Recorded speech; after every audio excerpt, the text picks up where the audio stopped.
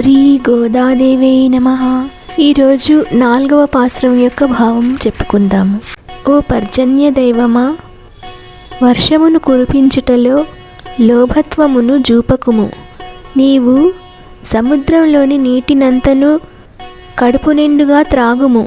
అటు పిమ్మట నీవు పైగగసి సృష్టికంతకును కారణభూతుడైన ఆ శ్రీమన్నారాయణుని శరీరపు రంగు వలె నీ శరీరమునకును ఆ నలుపు రంగు నద్దుకొనుము. స్వామి, కుడి చేతి అందున్న సుదర్శన చక్రము వలె మెరయుము. ఎడమ చేతిలోని పాంచజన్య శంఖము వలె గంభీరముగా గర్జించుము. స్వామి, సారంగమను ధనస్సు నుండి వెడలే అవిరళ సరాలుగా వర్షధారలను కురిపించుము. మేమందరము ఈ వర్షధారలలో స్నానమాడెదము. లోకము సుఖించునట్లు వర్షింపుము.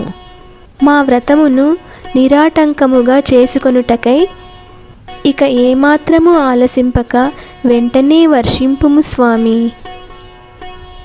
ఇది ఈరోజు పాసురంలోని భావము.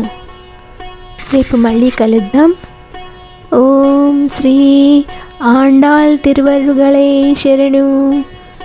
జై శ్రీమన్నారాయణ.